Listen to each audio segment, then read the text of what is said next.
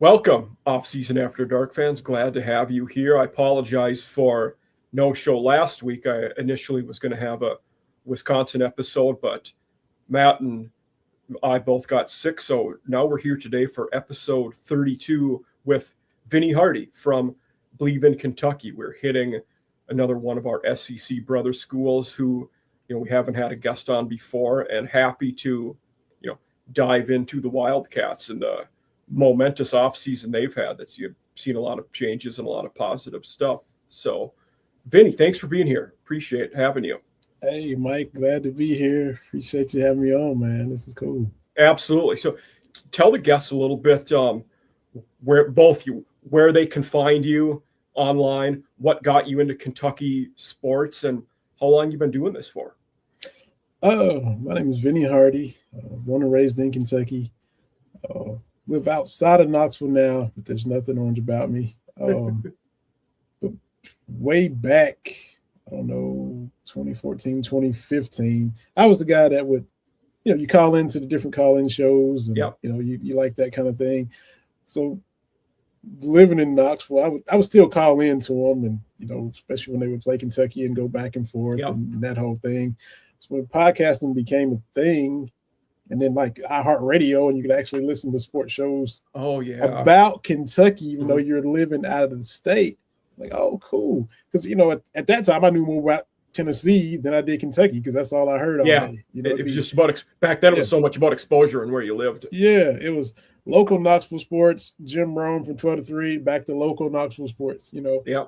And so then, started the podcast and some blogging and listening to Kentucky shows and hearing guests and things from home. And so Cameron Mills had a radio show, former player that played basketball for Kentucky, had a website, did some writing for him, had done some blogging before that, and then just kind of got into the podcast space. I still have a podcast, the first one, Cats Talk Wednesday, that I do.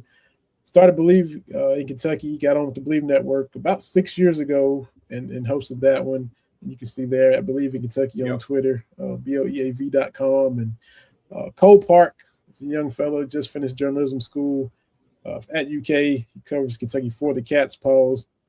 We co-host the shows each week. And awesome. You follow us on Twitter. We've got a link tree for Believe in Kentucky that'll lead you to the Instagram and the TikTok and the YouTube and the Apple Podcast and Spotify and all that, where you can get access to every single episode. Just recorded an episode before coming on with you with UKDB Ty Bryant, so it was cool to talk with him, man. That was a cool young fellow, man. He's enjoyable to talk with. Awesome. No, it's always fun when you get the players on the team, especially for you guys, one of the few veterans on the team that will still be back from last year. So yeah. I was asking, I'm not trying to spoil it because it'll be up tomorrow, so feel free to check it out. But I was asking if he was the old head, is that, I said, is it old head? Is it unk status? What is your position? He said, no, I'm always big brother. I'm always big brother. No old head. Don't call me this old stuff. I'm always the big brother. So that was a fun little moment, but he is definitely one of the few veteran guys. On defense, him and Humphrey Grace are the only two I can think of that still might be coming back. Yeah, there aren't many. Yeah, it is. There's not many. Let's jump into that though. So, last year, Cats went 5-7, and it seemed like the writing on the wall, had been there for Stoops to some extent. In the moment, going through last year when it got to the end, were your thoughts that they needed to make a change or that Stoops should have gotten another year? It's tough when you have a guy that's probably your best coach ever to make that move and, how much he raised the bar, but things had gotten stale as well. Like there's two sides to that. Exactly. And that's kind of where I was. I mean, going into last year, and I said the best I could see them doing was 5-7. So that's the absolute best I can see. And I likened it to going to the doctor. You know that you're sick or got some issues, and you get the test results and you're just waiting for the bad news of the test results. That's how I felt about the season. And unfortunately, I was hoping I was going to be wrong, but unfortunately, that's how it kind of played out. You're 2-5, you get to 5-5, and then it falls off the rails again, and you end up with a blowout to Louisville. Mark Stoops, you mentioned the high highs, the raising of the bar, because as Kentucky fans historically, grew up losing to Tennessee year after year after year, Florida year after year after year. The last 10-win season prior to Stoops happened in 1977. They won their 10th game of the season that year. I was 16 days old. So I went back and looked up the schedule from 1977. They went 10-1. November 19th, they beat, I think, Tennessee or somebody in the season. I was born November 3rd. November 19th, they win their 10th game, if I'm not mistaken. So I'm barely 2 weeks old, Mike. That's what I'm saying. Yeah, I'm looking at the schedule now. Yeah. And so for Stoops to bring 2 9-win regular seasons, cap it with a bowl win to get 10, Kentucky's only had 4 10-win seasons. 1951 when they beat Oklahoma in the Sugar Bowl, 1977, and then the 2 under Stoops.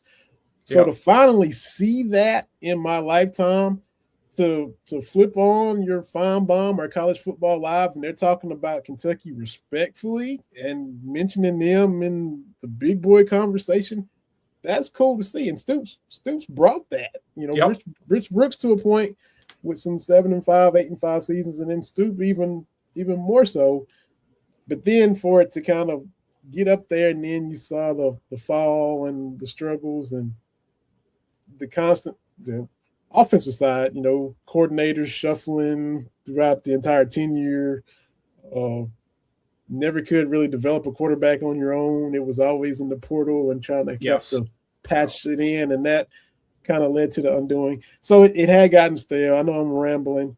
No, it's okay. Yeah. It kind of got to where you didn't see them being able to climb back up and regain what they just had a few years ago. So that parting of the ways was just kind of time. Yeah. Yeah, you talk about like the offensive coordinator and that shuffling there, the back and forth of Liam Cohen. He was good, but it was also not stable because he was, position coach leaving, coming back, and then there was that slingshotting. And Stoops was always because everybody always thought that he kind of was controlling or hamstringing the OCs and wanting to run the ball, wanting the 3 yards in a cloud of dust. And there was times he was asked about it, and he said, "No, I give them control. I don't bother them." And it always felt like he was still kind of having his fingerprints on it. Because you look at Shannon Dawson, who I mean, the talent level wasn't quite where it needed to be while he was there, but look what he's doing at Miami, and he went what on he did and at Houston. He was legit at Houston. Left and had success. Cohen, his first year with the Jaguars, and now look, he kind of resurrected Trevor Lawrence's career because he was kind of, on thin ice, and not everybody's wondering if he's a bust. And now so, and then Bush Hamlin didn't work out. Rich Cangarello, so many guys came. Eddie Gran was just kind of, isn't he back in a off the field role? Yeah. Okay. And have to credit Eddie too, though, with the year that everybody got hurt. He just ran the ball with Lynn Bowden, and they still won 7 games, went to a bowl game, and to do that on the fly, to retool everything.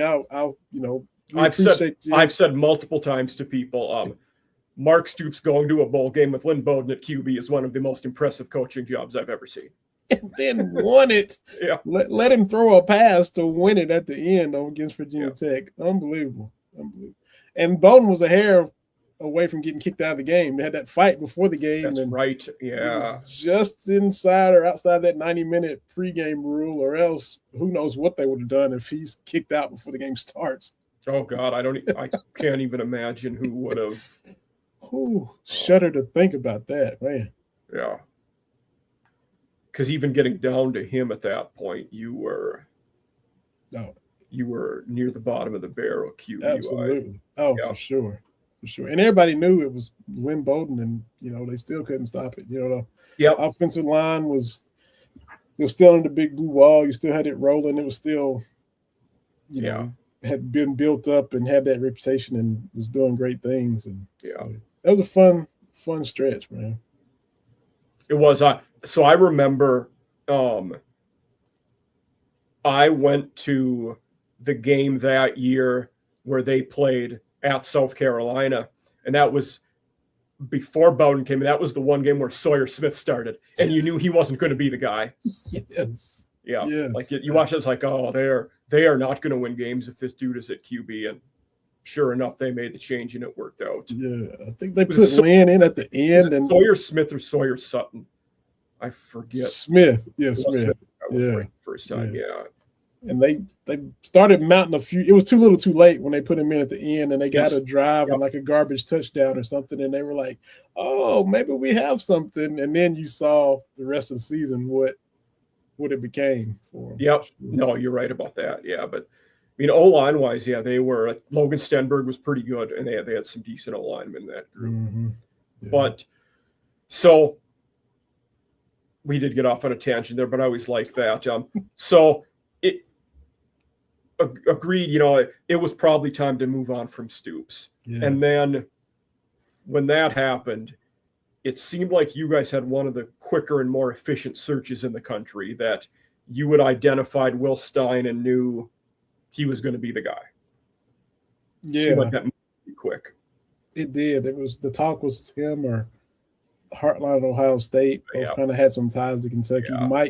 Mike was still here, kind of helping quarterbacks out. He was working with the guys here. So everybody thought, well, maybe he'll bring his brother. But Will Stein from Louisville, the story, parents, Kentucky fans, he wanted to play here. He ended up playing for Louisville because he wasn't offered.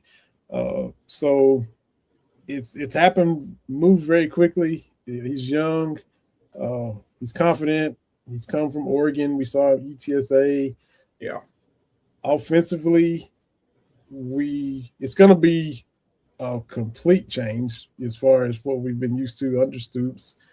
What we just talked about, the coordinators and the quarterback shuffling, and there were attempts to develop quarterback. Patrick Toles and Drew Barker. Drew Barker got hurt. He could have maybe been a homegrown kid that you could have had for multiple years, but then it just, for whatever reason, you had to get a quarterback every year. Will Levis was back-to-back years, but then you change coordinators because Cohen leaves, and then this Gangarella. So the quarterback position, I think we approached totally different. The offense will be completely different. Vandegrift was a guy that was just a miss. He had been a high recruit, but never really played much until you guys got him, and just ended up being so. Yeah. So it's going to be the way offense is handled, period. It's going to be completely different than what we've been used to for the past 13 years with Mark Stoops, with Will Stein. And he's young. He's 36. Yep. And, he's been around. He knows what greatness looks like, under Lanning at Oregon and all the other coaches he's worked under. So it's going to be fun to see. To me, you have to account that he's first-year head coach. It's going to bite him at some points during the season because it's just you've never been a coach before. But I think it's Stoops raised it, and he's just coming in trying to raise it to another level. The recruiting, the targets, the people he's going after, and the quarterbacks he's going after, the way he's trying to construct it it's going to be interesting to see. And he's on a mission, and he's ready to go, man. And that he will have to be, because that schedule it's interesting next year because you don't have the two non-con games early on. You guys are always in the boat of the Gamecocks, where your conference schedule is getting done earlier because you have the rivalry, as a non-con game. But Bama week 2, A&M week 3, tough games for anybody. Absolutely. It's going to be the Jay Bateman reunion game with his old squad because he came from there. I don't know. You're going to find out early. It's it's not the same Alabama, but it's still Alabama. Yeah, it's still, I mean, yeah. Still an Alabama we haven't beat since 1997. So okay, it's a long time. Yeah. And they have a lot of stuff to sort out themselves. You know, they lost a lot of guys, but in terms of the mood around the program, people have to be pretty excited now because, like you talked about, you know, the being a younger guy, dynamic, confident, you know, with Stein, and then the offseason was great. I mean, the portal was a very successful thing for them this offseason. They brought in lots of guys who, you know, should be players right away. You know, QB, running back, receiver. You're bringing in guys that should be good. Yeah, it was so. It's funny. You talked about how things kind of got stale with Stoops towards the end, and you know, even you beat Florida, but they already on the interim coach, and you know they're already a train wreck when you beat them. So yeah, it's great to beat them, but you didn't. You know, so you finish as you're going 5-7. Everybody was just looking longingly to basketball. Couldn't wait for year 2 of Mark Pope. And now the basketball team is struggling and underperforming and got, you know, a lot of injuries and, you know, lost some games they shouldn't lose. Everybody can't wait for football. Can't wait for the spring game. Yeah. And the flip has just been hilarious, man. That is interesting. Yeah, I didn't think about that. But coaching-wise, I mean, apart from Stein, you know, you talked about Jay Bateman coming in from A&M, you know, a veteran guy who has been around a lot of places. Joe Sloan, you know, offensive side of the ball, a guy who, you know, was at LSU for a number of years, coached Jalen Daniels at La Tech before that, where they have had a lot of successful offenses. Now, one thing I don't know, and you might, is Stein or Sloan going to be the play caller on offense? Have they said?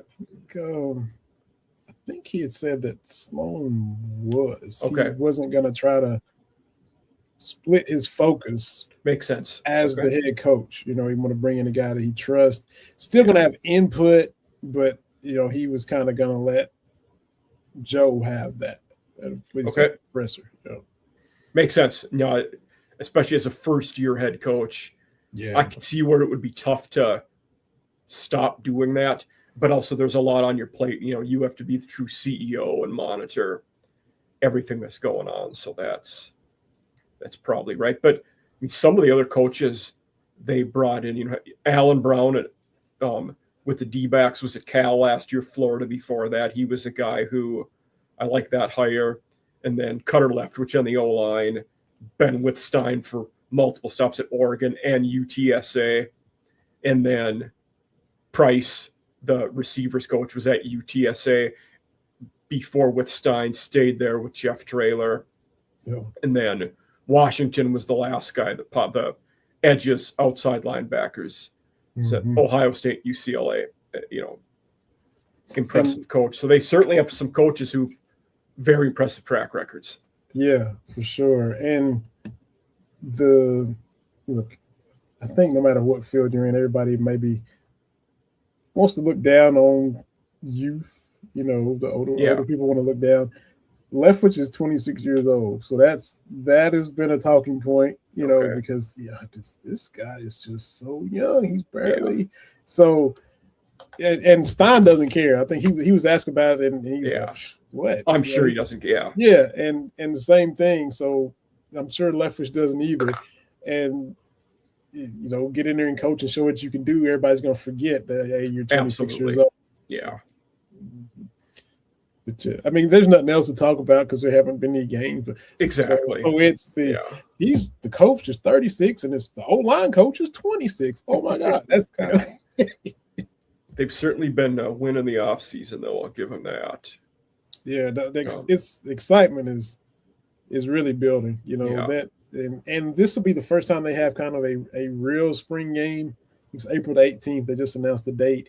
Okay. The past few years has just kind of been go through the motions type. Here we are. So, you flash back to Stoops' first year. It was a huge crowd for that spring game. Stein he's been on the record. I think his introductory press conferences. He said the only way to get better football is to play football. So we're going to have a spring game. And, we were talking with Ty Bryant about that, just a few minutes ago. Mm-hmm. He's not sure how it's going to operate, but, looking forward to it and all that stuff. So it's going to be – they're doing some stadium renovations and things of that nature, but whoever can get into Kroger Field will definitely be there because everybody is chomping at the bit to see the new era. Mm-hmm. I know Marshall's is the week before that, the 11th. So that's when they're doing their spring game. But looking at that roster, boy, is it different than it was last fall. And that's probably for the better, just looking at, the portal and, where they finished in a lot of those portal rankings. But, going back to that, starting at the top, I suppose, I was a little discouraged when Cutter Boley initially left because I like what I saw in him. He did some good things, and you're losing him to another decent program. Mm-hmm. But they replaced him with Kenny Minchie, transfer from Notre Dame, a guy who battled for the job there last year, has never been, the full-time starter in college, but was a high recruit, top 15 QB nationally, a Tennessee guy originally. That's his home state. So what are the, feelings around Wildcat land with Minchie and bringing him in as the QB? I think the excitement is there. I think there's a level of trust that he kind of has earned because of his work with Bo Allen and everything he did out at Oregon. There was a little disappointment, or you hate to see it from the standpoint of Cutter Boley being from Kentucky and showing flashes, and the thought of, Wish Hamden didn't really pan out. Another OC under Stoops says, maybe if this kid stays, and then you have Stein's track record and you blend the two together. So it was hope that he would stay. It didn't work out. He went to Arizona State. But in my opinion, quarterback should probably be the least worried about position under Stein because, the expertise, the knowledge, whatever he's comfortable with, if he was cool letting him walk, thank you, Cutter. I wish you all the best. I hate you're not here as a Kentucky kid, but I think the quarterback position will be always cared for, the priority, the knowledge, the insight, the expertise that he's accrued on his coaching journey to become a head coach. I'm not going to worry about quarterback. And I think a lot of people feel that way because that's kind of his position, like a Beamer. You mentioned you went to South Carolina. They're always good in special teams. They are. He get it from his dad. They always shouldn't have to worry about special teams based on the track record of what Beamer ball from Frank to Shane has become. No, it's a good point. I feel the same way about the quarterback at Kentucky. What Stein has done, even though he hasn't done it here in Kentucky yet, I'm not going to worry about quarterback until I'm given a reason to under him. Okay. Then that, running back is where I was one of the most impressed with, position-wise for them. I mean, you bring in one guy from each of the teams in the Red River rivalry. We had C.J. Baxter from Texas, Javante Barnes, Oklahoma. They're both solid players. I think you have to feel pretty good about that position right now if you are the Wildcats. And on top of that, Jason Patterson saw the field a little bit last year, not a ton, but you're okay with him being your third guy. Yeah, he's been one you've been hearing his name for years. And then you bring in the other two, and Stein's whole thing: feed the studs, get the guys you want to have the ball in we hear it all the time, get guys the ball in space, get them in good matchups. Putting those guys out there to be able to do that is, you like the look of it, you like it on paper, and looking forward to seeing it happen for real. But yeah, those are two good acquisitions. The home run ability, this offense, the big play capability, the way you kind of see how he's wanting it to be. Definitely. Yeah. I think and it especially with those two, with the skill sets they have, it looks like he's trying to build an offense in the mold of what they had at Oregon and UTSA, where you're going to have, try to spread, open up those running lanes in the middle and create space for your guys when the ball's in their hands. Absolutely. 100%. Yeah. Then, moving on to receivers, another position where they lost a lot of guys. Law was just done, but then Gilmore went to Baylor. So you had to portal, and Nick Anderson, who's, familiar face for all of our viewers in the SEC, was at LSU last year. Mm-hmm. But then a guy who's not in, Shane Carr, who was at Southern Utah. And, I pay attention to FCS, but it's not like I'm watching all these games, but you hear who's good, and okay, we heard he was pretty good. Then you look at the stats, and I was like, whoa, he had almost 90 targets last year. That's a lot of targets. I mean, that tells you something about how much they were feeding him the ball. So bringing in those two, along with Daisy from UAB, I mean, that's another position where you got to work on that cohesion with Minchie, and everybody's new, but that's not wholly unique in college football now, where a lot of position units are going to be new in the transfer portal era. Yeah, and this was, forget who it was asking me which position was I kind of most interested in with the new change, and wide receiver is where I'm most interested in, because I'm not, like I just said, I'm not worried about the quarterback. I'm not worried about everything Stein is going to do or thinks needs to be done at the quarterback position. I said my first look is going to be, well, who's going to be catching the passes? We got the quarterback position solidified. Okay. I'm looking at the pass catchers and what we're doing there, and this room is entirely new, like you said. And on that Nick Anderson thing, just the Kentucky LSU back and forth for the past few years, it's been crazy. Barron Brown went there. Kelvin Joseph and Derek Rosenthal came to Kentucky when the portal was new. Matt House went there. He left Kentucky and went there. If you watch the SEC story, the Miracles thing, they had the Bluegrass Miracle, we had the Mardi Gras Miracle in basketball, the two heartbreaking victories we have against each other in each sport. It's just Kentucky LSU stuff is that's weird. A good point. Yeah, I never thought about it going both ways like that. That's interesting. Tight end, granted, it's only a one starting position, but maybe where they have the most continuity with Willie Rodriguez coming back, who's a good player, I think. Yeah, decent amount of catches last year. Good, or I should expand on that. Can both, is valuable in both the pass and the run game. Is a decent blocker. Physical guy. Yeah. And I think he's kind of ready to blossom. A lot of Kentucky fans for years just kept, when was the tight end going to get used? When's the tight end going to get the ball? Going back to C.J. Conrad and all those guys, and these good tight ends that just never could seemingly get into the mix.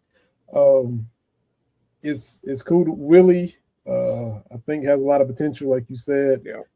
Special teams, he's made plays. The game against Mississippi State down there when Kentucky won, he was setting the tone on special teams. And in this offense, you always need that security blanket, and you have all this speed on the outside, and these threats at running back, and I think Willie might just kind of benefit and eat. And you have another Caddis brother coming in. You lose Josh, you got his little brother coming in, so there's potential there for. I Really? didn't know. I didn't know that little brother was coming in. Okay, Yeah. very cool. Yeah, and I know we'll get to it. On the other side, you got Trevor Wallace's little brother that Tavion is coming in for yep. linebackers. Okay, So a couple of little that one I had heard of. Yeah, you said for receiver that was the position you were going to be the most interested in and maybe worried about. For me, it's the O-line that we're going to get to now. 5 new starters. That's no matter who you are, portal or no portal. New coaching staff for returners. Replacing all 5 of your guys up front is probably going to cause some growing pains. Now, they did well in the portal there. I mean, Lance Hurd from Tennessee, Colton Price from Baylor, both good players. Shabola from Ohio State. But just how will everybody gel together? I think for maybe more so than any other position group, the spring could be very valuable for them in terms of gelling together and getting a rhythm with each other, and getting that communication system down. Yeah, for sure. So on. You mentioned good players, and I think Hurd will work out better. I mean, we're optimistic, but Mincy came from Tennessee and that didn't work. That was a miss just a couple of years ago. Yeah. I think Hurd has a chance to be better. And like you mentioned, that is probably more important that's the most important. But even though I said receiver, O-line, if Mincy can't stay upright, it doesn't matter who the receivers are either in the grand scheme of things. But that we'll see how Cutter and the staff coaches them up. So that's just... especially that's one of them. We talked about the early in the year schedule because Bama, Texas A&M, South Carolina, you got good pass rushers on all of those squads. I mean, you're not going to be able to, be a sieve back there, or else Minchie's going to be on his back. Yeah. Your Gamecocks the past. This series has swung so crazy. Yes, unbelievable. Yeah. And the past 2 years, last year, year before with Brock, the expectations immediately went down when they played South Carolina, and all those sacks and just the offensive line, and you're like, oh. And at that point, we didn't know the Gamecocks were going to be as good as they ended up being in 24 either. That we still thought, hey, these teams both are probably middle of the road in the conference. Turns out that was kind of accelerated the Gamecocks, and Kentucky, took a step back. Yeah. Ships passing in the night. Exactly. Yeah, exactly. Yeah, sure. So to your point, you gotta hit the ground running. Abba Selm is a name that's he's been around. He was there last year. Everybody is new, but you gotta have as much continuity as possible because you're jumping right into SEC play immediately. So. Yeah, that's that makes it a lot tougher for sure.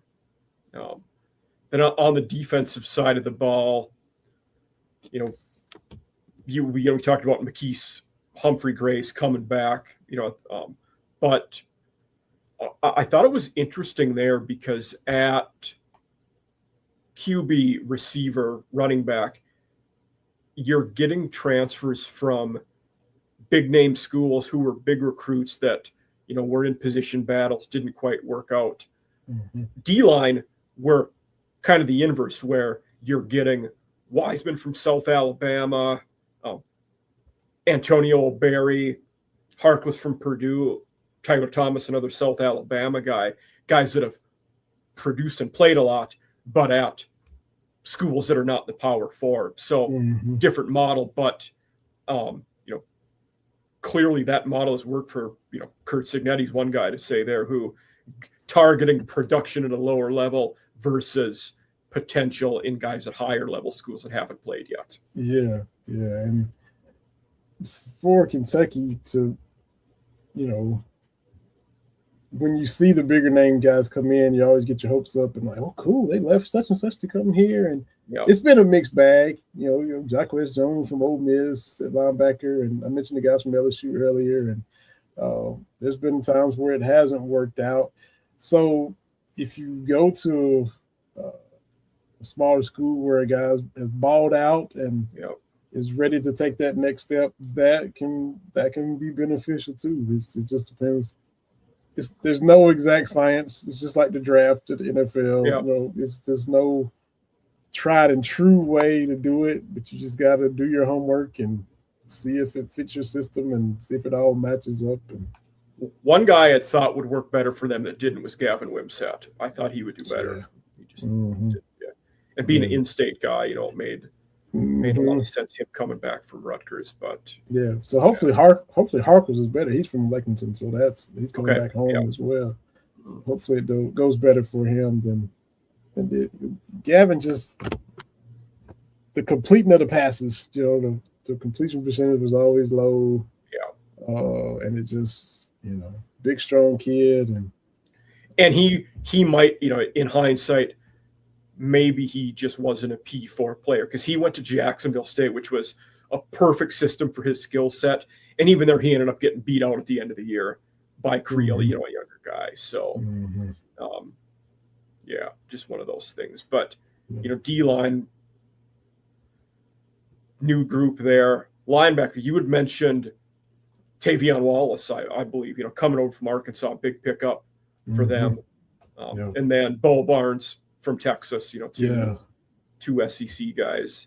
But the guys they needed, because even if we weren't in, the portal era, both Afari and Rayner were done anyway, I think eligibility-wise. So you were going to look different there. And going to D-line, you got one of the few holdovers on staff, Anwar Stewart, the D-line coach, is still going to be there. That's good. To coach the D-line. Former player, mentioned beating Alabama. He was on the 97 team that beat Alabama as a player. He had, I think, the scooper score or made a big play defensively to turn that game. So having him back to coach the D-line is cool. I think Stein was really glad to see him be able to stay and, be a continuity, kind of a bridge from the old to the new, so to speak. That's good. Yeah, his name didn't pop for me, but it makes sense because I'm usually just looking at new coaches and guys that change jobs. So the ones that remain are not popping on my radar as much. That's good to know. And they were, they've had a solid position group. With him. So Deion Walker go to the Bills under his tutelage, and this last year he was hurt, so he didn't have as good a year as his previous year, but still he went to Buffalo and made some plays as a rookie for them, and so that was, he can put that. I coached this kid. And is Jaden Williams still there? The guy that started at Wyoming and went to Kentucky. I wasn't sure. I knew he played a bit last year. I don't know how much, but I remember he was a guy that at the time had popped when he transferred, but I wasn't sure if he stuck around or not. But it was at Wyoming before. At linebacker, that'll be, we talked about some of the guys they have coming in there, and I believe that, I might be wrong, I think Bateman is going to coach the inside linebackers as well, in addition to being D coordinator. But please correct me if I'm wrong on that, but I thought Bateman was going to do that. I think so. I'm not 100% certain. Okay. On that, yeah, I thought he was going to coach the inside backers. But, with the two, Barnes and Wallace, both, 4-star recruits coming, out of high school to other SEC schools. And now you have Sam Green and Godfrey both coming back. Green, started his career at USC. Yeah, absolutely. Another guy that was a big recruit. Both of them were. Godfrey was as well. Who now was son of Randall at Georgia. Back for us old guys that remember. His dad played for Georgia and played a little bit for the Cowboys. But I liked what I saw a little bit out of Grant, and looking forward to what he does this coming year too. Is he? Where did he go to high school? Is he a Kentucky guy? Grant, no. Where's he from? No, he's from Georgia. Yeah, his dad is. Makes sense. Dad played for Georgia, and Randall was a great athlete. Yeah. And Okay. yeah. Mm-hmm. I know the dad. I didn't know that was his dad, but I do know who you're talking about. Yeah, Mm-hmm. definitely. That's. Yeah. I appreciate you telling me that. Yeah, he was a great player for Georgia, and they've had a long line of dudes down there, man. Yeah.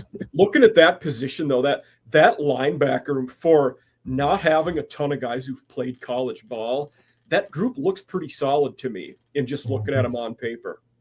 It was kind of thin last year, but like I'm with you.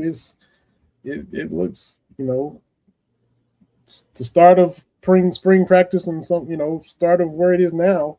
We'll see how it holds up, but I like the look of it going in.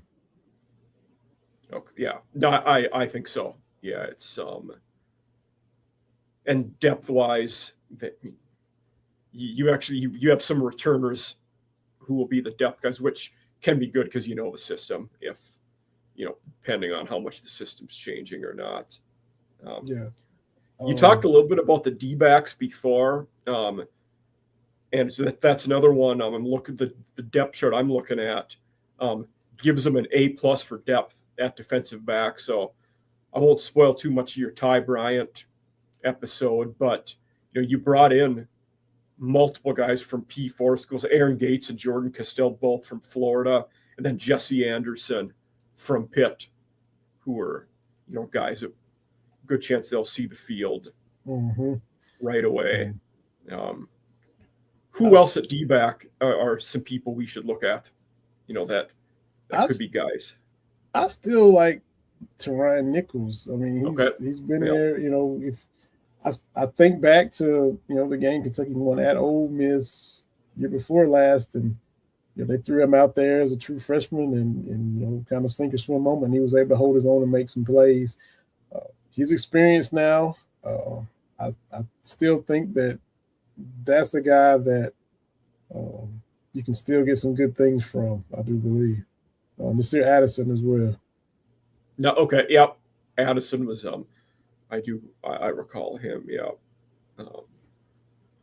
Then that's most of the roster.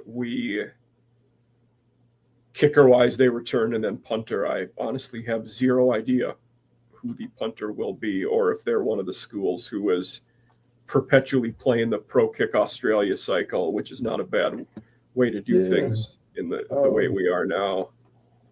Is Wilson Berry still around? I thought he was the one I looked at. He was still on the roster. There. Yep. And Jason Coway is the back at kicker, I do believe. Jacob Coway. Yes, he is. Coway was back. Wilson Berry he was on the depth chart I had, but they because he's been there for a while. I thought he was. I mistakenly thought he was done, but yeah. As Steve often says on our group show, eligibility is a myth, so we don't know. Ain't that the truth, man? Yeah. Ever since COVID, man, you got super seniors and all that stuff, and and Chambliss gets another year. Aguilar doesn't. I don't know. Yeah, that was. The more you think you got it figured out, the further you're off base, you are, man. So.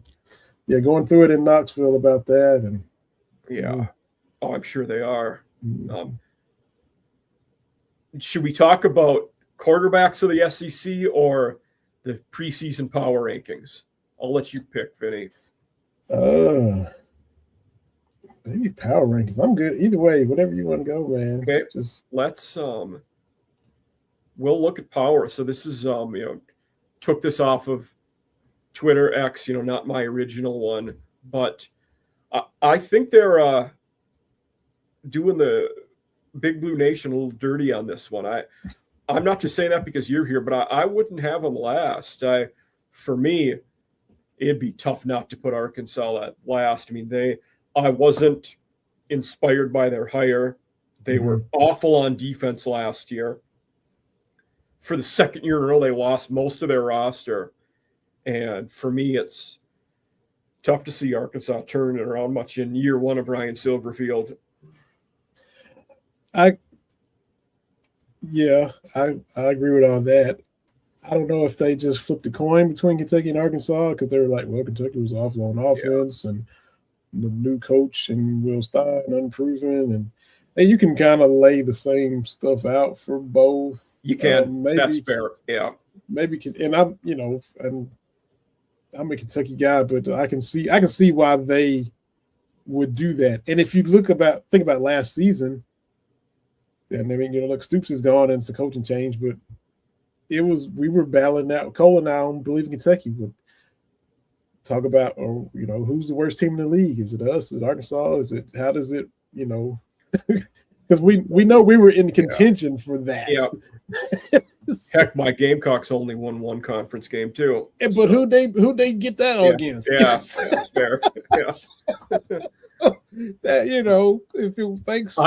thank us for keeping y'all from going 0-8. Yeah, that's fair. Yeah, I do think, like, Mississippi State, as poor as they've been, I wouldn't put them last because they did make progress in Levy's year 2. Yeah, and if Levy's a decent coach, you expect year 3 to be a year where a lot of that progress happens, and you make that jump in years 3 and 4. So, I mean, they gave Tennessee a fight there to start with early in the season. They gave Texas a fight like you guys did. Yeah. So they, and I think there's also promise with Kamario Taylor. Yeah. So, did they finally beat Arkansas? Is that who they finally got their first win against? Mississippi State's last year, their one conference win was against Arkansas. So it was. That's why there's a coin flip between us and them last year. Now it's up to Kentucky, and the way we've talked about it just now, the way things looks like they're poised to pull themselves out of the cellar. Now we've got to see it happen and play out, but we like what they've done in assembling everything. Now is how will it shake out on the field. One of the teams I'm low on for next year is Auburn. I think Golish is a good coach. I think they'll improve, but I don't know in his year 1 next year if they're going to be that good. Like, to me, they imported a good chunk of that roster from USF, and they were good in the American, but I don't think that's an SEC roster, and I don't know if that's a sustainable way to win games in the conference. So you said they're a poor man's Signetti with the JMU thing, and it just might not work. Yeah. And look, this is what they had: Harsin and now Freeze, and now we're here to Golish, and it's just been so much turmoil down there, and just Tennessee went through that with Dooley and Pruitt and Butch Jones. Yeah, that's kind of where Auburn is right now. Yeah. What about at the top? Do you agree with Ole Miss being number 1 on this list? I waffle on it myself. Yeah. I got to see more out of Golding. I mean, great, and you're set up where you are, but will they sustain it? And we'll find out real quick. And one of the things, when Ohio State was really good a few years ago, people would lob the insult at Ryan Day. Well, he started on third. Pete Golding literally started on a playoff team. You can't get in a better starting spot than Pete Golding did. Yeah. He's 2-1 as a head coach. He's 1-1 against Power 4 teams. Like, being able to win games in that situation is a lot different than leading a program year round, being the full-time boss, handling the roster in the off season, and doing all of those things that Lane was very good at for all of the faults he has. Well said. Yeah. Well said. And I don't know where I was surprised that we never know how long Caleb DeBoer is going to be at Alabama. First of all, we don't. Let's be honest. We don't. I'm high. I think people forget too quickly that this dude played in a national title game 3 years ago at Washington. Recently he was in a title game. He's good. Mm-hmm. Yeah. But so you never want to be the guy that follows the legend. Man. And you better get it done at Alabama. This losing 4 games, hey man, that's not gonna fly. So if he just gets tired of all of the nonstop scrutiny and just say, hey, I can go succeed without all this somewhere else. The minute he leaves, everybody in Baton Rouge knows Lane's like got his bags packed for Tuscaloosa, right?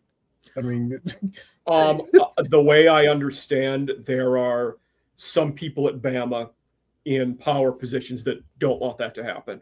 So, yeah. So okay, will they get if they get their way, or they have more pull, or I guess kind of like people in positions of power at Kentucky didn't want Bruce Pearl to be interviewed. I didn't know that, but okay, yeah.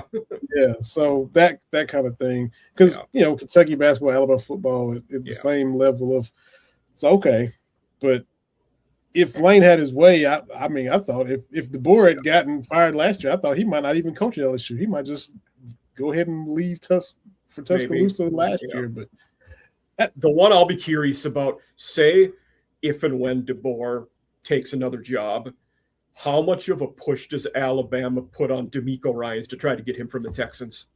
I think that'll be an interesting one. Ooh, yeah, because alumni there. And, he got a nice resume. And maybe he wants to stay in the NFL. That's reasonable, but who knows? Yeah, he's got to get. And look, they started off with 0-3 this year. They started off bad and still got to playoffs, won that division, and I do think, and he's resisted it so far. I think Alabama and Georgia could be the two jobs that Dan Lanning would leave Oregon for, being a former assistant at both of them. Now, if you're him, I don't know why you'd like, your pressure is going to be way higher at those two schools, but maybe that happens. I don't know. Yeah, it could. Anything can happen now, but Indiana just won a national championship. That doesn't tell you. And another one, and this guy's a kind of a lane in his own right of polarizing opinions. I think USC is going to be pretty good this year. We know Lincoln Riley will listen to anybody. Does someone make him a whale offer if they have a good season, and maybe he says, "Oh, I'll take the paycheck and start the clock over." I don't know. He might, if he's got a good season, he might walk off on it. Yeah. And a few years ago, I would have said former O-line coach Mario Cristobal is a logical candidate for Saban, or to replace him at Bama. I don't know that he leaves his alma mater, though. That might be too much of a stretch at this point. Yeah, right now. I mean, I don't know what these guys think. I'm not in his head, but him and Clark Lee to do what they've done at their alma mater, I think, it doesn't get any better. No. I know. So I go on Locked On Vandy quite a bit with Corey, and that conversation came up a lot. And I told him my thought was the only chance you have of Clark Lee leaving is if Marcus Freeman goes to the NFL and Notre Dame would have maybe wanted Lee, because that's where he was D coordinator before. Yeah. It'll be so. I guess our initial topic was, who would you have as the preseason power rankings? For me, I would have Ole Miss and Texas 1 and 2. I just don't know which I would have at 1 right now. I still might put Georgia up there. They return a lot next year. It's hard to go against Georgia, and Texas finally, Arch has a year under his belt. He knows what it's like now. And he was throwing him the last month of the year. He was good. Yeah. So they got Cam Coleman, and you got Rayleigh Brown and Hollywood Smothers running back. So can Sark handle them being up there from start to finish is the thing. So I probably put Ole Miss maybe 3rd, just because Pete is inexperienced in that seat. It's just you can't have experience until you get it. True. And he just doesn't have it. And if he does it for a couple of years and then he's proven that he can handle it all, then 2 years from now he might be the number 1 spot.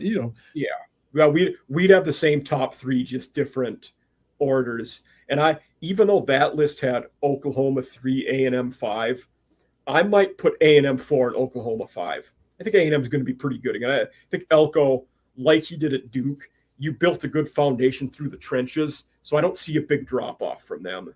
Yeah, I'm inclined to kind of bump Oklahoma down a notch or two. Okay.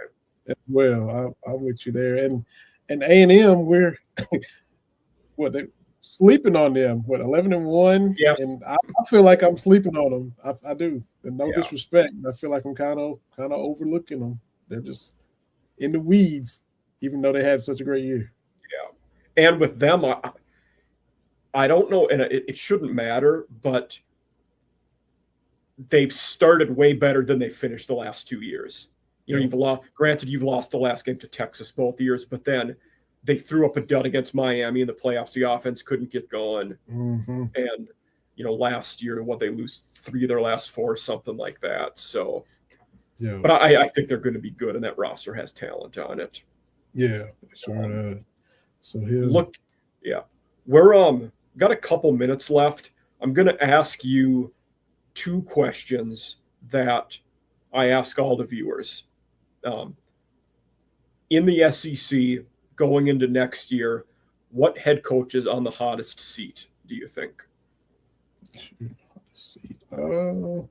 I have no problem in saying it might be Shane Beamer. I think they're going to be good. I don't think he gets it, but if they're bad, he will get it. Yeah. Heupel could fool around and you know, this is year 5 or 6 for him. Yeah. You made the playoff year before last, and then last year 8-4. This is year 6. Yeah, year 6 for Heupel. Yeah. Now the quarterback deal. How's he going to handle that? Is it going to be a freshman? How's he? They're kind of, especially his offense on the road, his offense at home, the whole analytics would. I don't know if it's going to be Beamer level, but he might be starting to feel some pressure. And that team could be like Auburn was last year, or Oklahoma State, in a sense where they're pretty good at a lot of positions, but they're really bad at quarterback. I don't know who the QB is going to be for Tennessee next year. Yeah. So, and in his offense, it's really important. And anybody's is, especially.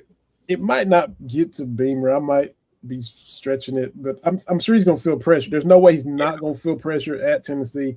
Beamer might be the leader in the clubhouse, though, because everybody else made coaching changes. Yeah, exactly. That's part of it. Like, you're not going to fire a 1 or 2nd year guy. Yeah. And to me, those 2 guys are different scenarios, because if Shane Beamer gets fired, he's going to be a special teams coordinator somewhere or an assistant head coach. If Josh Heupel gets fired, he gets a head coaching job somewhere else. Like, they're in 2 different spots, I think, now. And that might largely be predicated on people view Heupel as really good at coaching quarterbacks and on offense. And what Virginia Tech, I guess Beamer's name came up when that came open because of his. I think if he would have wanted, he probably could have had it early on. But why would you leave the SEC for that at this point? Yeah. Has anybody else made a run at Heupel though when these carousels happen? That we have, No, not that I know of. The one I had wondered about, and it timed out with Tennessee had their best year under him after Michigan won the title and Harbaugh left, but they just promoted more from within. So job really never got open, but I thought that would have made sense at the time. Yeah. So, but considering Heupel's background, it'll happen. Or he would get another job, I think. And somewhere. Now he's got a coaching tree with Goldish now and that kind of thing. Yeah, sure does. It's another good point. Yeah.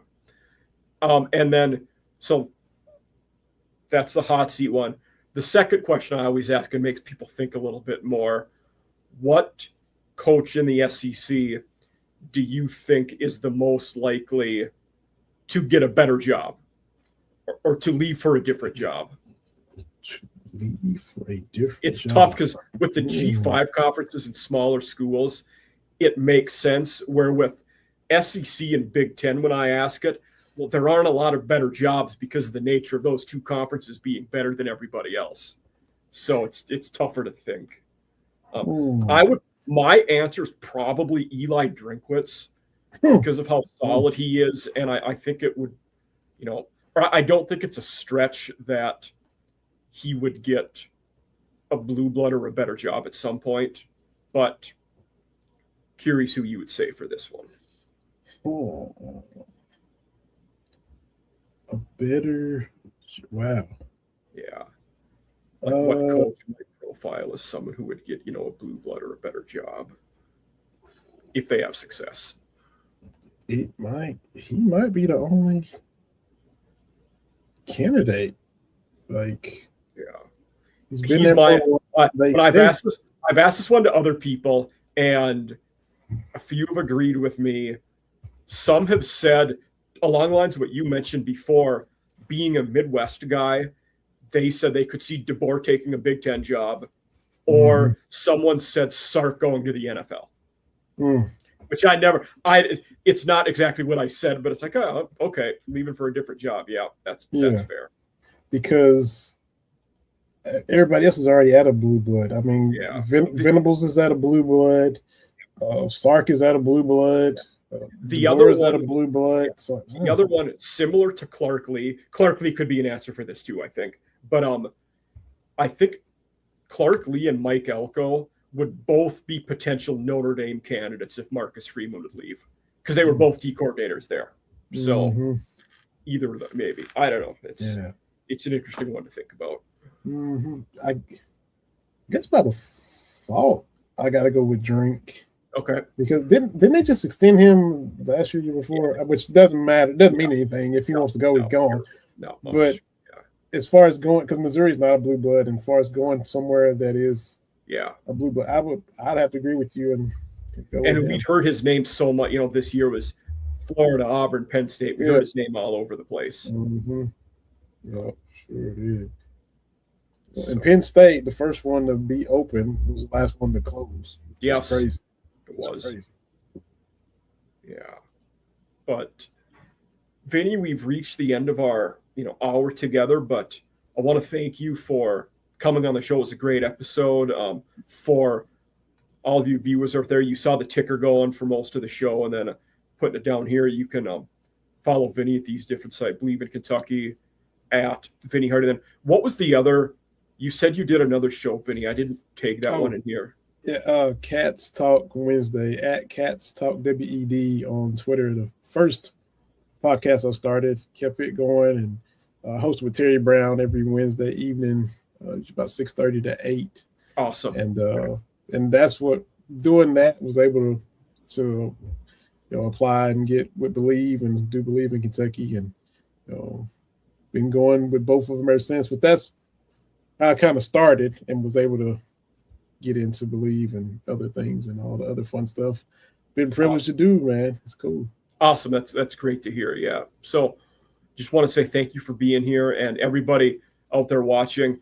Appreciate having you, and look forward to seeing you on episode 33 soon. Thank you so much, Mike. I enjoyed it, man.